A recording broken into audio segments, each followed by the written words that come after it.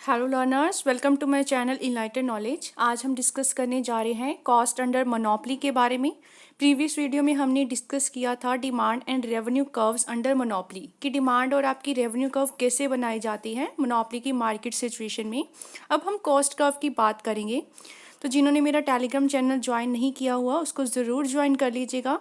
उसमें आपकी हर वीडियो की आपको पीडीएफ फाइल मिलती रहेगी और साथ ही में आप मेरा फेसबुक पेज भी ज्वाइन कर सकते हैं। कोई भी डाउट हो वहाँ पर आप मुझे कांटेक्ट कर सकते हैं, मैसेज करके आप अपना डाउट मुझे पूछ सकते हैं। तो आइए वीडियो को शुरू कर लेते हैं।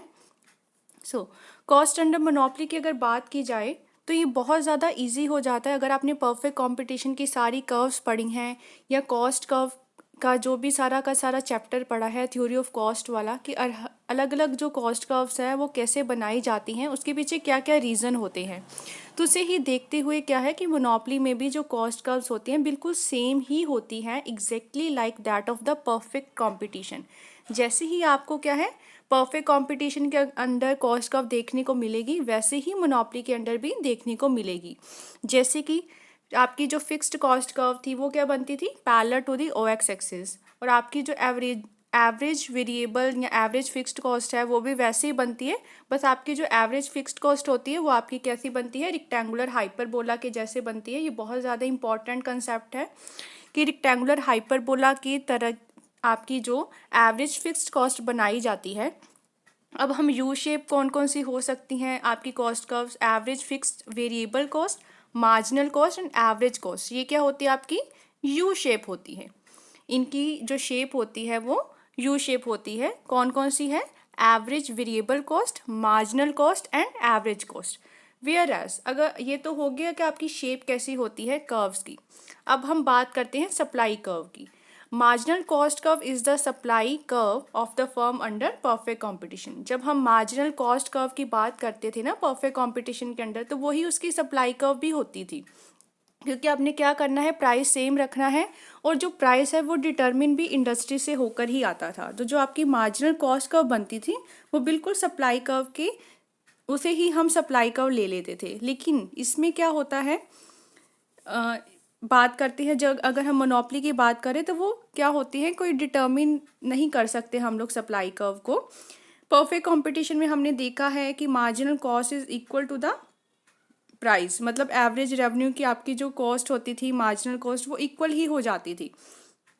ज़्यादातर हमने इक्विलिब्रियम की कंडीशन यही पढ़ी है, average revenue, marginal revenue, average cost, marginal cost, ये सारा कुछ क्या हो जाता था, एक कंसेप्ट में ही सारा कुछ इक्वल हो जाता था।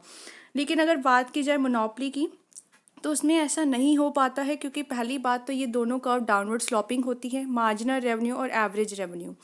ऊपर से क्या होता है कि जो प्राइस होता है वो मार्जिनल कॉस्ट से ऊपर रखा जाता है। आपकी जो मार्जिनल कॉस्ट है ना उससे प्राइस हमेशा क्या है ऊपर रखा जाता है, ताकि फर्म ये सोचे कि उसको बिल्कुल भी कभी नुकसान ना हो, लॉस ना हो। मोनोपोली सिचुएशन ही ऐसी होती है जिसमें हमें सुपर नॉर्मल प्रॉफिट भी मिल सकते हैं अपना प्राइस हाई रखने से। अगर किसी एक फर्म का ही अधिकार है तो डिमांड बहुत ज़्यादा है तो वो अपने प्राइस को क्या है बढ़ाती जा सकती है, और वैसे ही क्या है उसका प्रॉफिट बढ़ता जाता है। तो इस वजह से क्या होती है, जो मोनोपोली के अंडर है आपकी सप्लाई कर्व डिटर्मिन नहीं हो पाती, क्योंकि वो डिमांड पे भी डिपेंड करती है। आगे पढ़ लेते हैं। It may be noted that a monopolist is not obliged to sell a given amount of commodity at a given price, कि ज़रूरी नहीं है मोनोपोलिस्ट को अपना जो गिवन प्राइस पे अपना अमाउंट क्या है सेल करना ही करना है। जब उसको देखेगा कि डिमांड मार्केट में जब चीज़ की ज़्यादा है सप्लाई बढ़ा देगा, जब डिमांड कम है तो क्या होगा, सप्लाई को कम कर देगा। वो मतलब बायर्स के अकॉर्डिंग देखेगा कि डिमांड कितनी हो रही है मार्केट में, उस अकॉर्डिंग ही वो क्या है सप्लाई को ज़्यादा या कम कर सकता है। इसी वजह से हम कह सकते हैं कि मोनोपोली के अंडर जो आपका सप्लाई कर्व का कंसेप्ट होता है वो बहुत ही ज़्यादा मीनिंगलेस होता है। इसका रीज़न ही यही है कि इसमें आप लोग सप्लाई कर्व को डिटर्मिन नहीं कर सकते हो। सप्लाई कर्व किस पे डिपेंड करती है बच्चे, this depend only on the demand of the buyers. Buyers अगर किसी चीज़ की डिमांड ज़्यादा करते हैं तो मतलब सप्लाई बढ़ानी पड़ेगी, बायर अगर चीज़ की डिमांड कम करते हैं तो सप्लाई कम करनी पड़ेगी। तो इन शॉर्ट मैं कह सकती हूँ कि that a monopoly firm has no well defined supply curve. उनकी वेल डिफाइंड सप्लाई कर्व कभी नहीं बन सकती। आगे मैं आपको थोड़ा सा रिवीजन भी करवा देती हूँ कि कॉस्ट कर्व कैसे बनाई जाती थी अलग अलग तरीके से। तो हम इसको डिस्कस करते हैं पहले।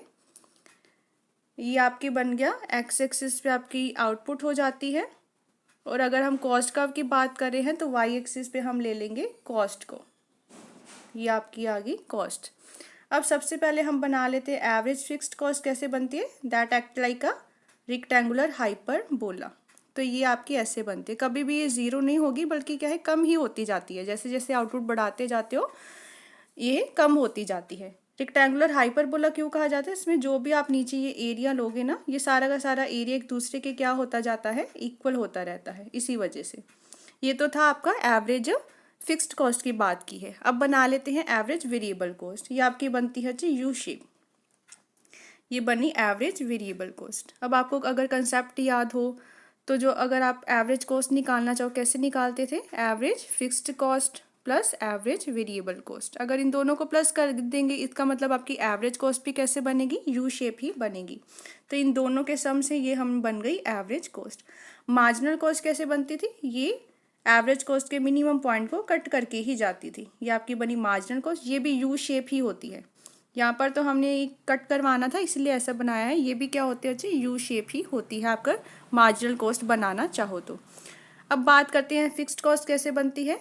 ये हॉरिजॉन्टल बनती है ऐसे, ये बनती है आपकी फिक्स्ड कॉस्ट, क्योंकि ये ऐसी कॉस्ट होती है जो जैसे अगर लैंड है, लैंड पे अपने रेंट है, वो देना ही पड़ेगा, भले उस पर कोई प्रोडक्शन हो रही है, भले बहुत ज़्यादा प्रोडक्शन हो रही है। तो इसका मतलब क्या है, ये ऐसी कॉस्ट है जो फिक्स है, ये आपको देनी ही देनी पड़ेगी। इसी वजह से हम इसको हॉरिजॉन्टल ड्रॉ करते हैं to the O X axis. तो ये थी आपकी सारी की सारी कर्व्स जो मैंने एक ही डायग्राम में आपको डिस्कस करवा दी है। अगर आपको क्लियरली इसको अच्छे से पढ़ना है तो आप मेरा कॉस्ट चैप्टर की वीडियोस देख सकते हैं। थ्योरी ऑफ कॉस्ट आपको मिल जाएगा वहाँ पे प्लेलिस्ट में जाकर, तो वहाँ पर आप इसे देख लीजिएगा। क्योंकि मैं बार बार यही कह रही हूँ, अगर आपको ये सारे चैप्टर्स को अच्छे तरीके से पढ़ना है तो आपको रेवेन्यू और कॉस्ट कर्व्स के बारे में अच्छे से पता होना चाहिए, तो उनको ज़रूर देख लीजिएगा। आई होप आपको वीडियो पसंद आई होगी। अगर वीडियो हेल्पफुल लगी हो तो आप इस चैनल को ज़रूर सब्सक्राइब कीजिए, हर वीडियो को लाइक ज़रूर कर दीजिएगा, क्योंकि ये मुझे मोटिवेट करता है ताकि मैं ज़्यादा से ज़्यादा आपके लिए और भी वीडियोस बनाती रहा करूँ।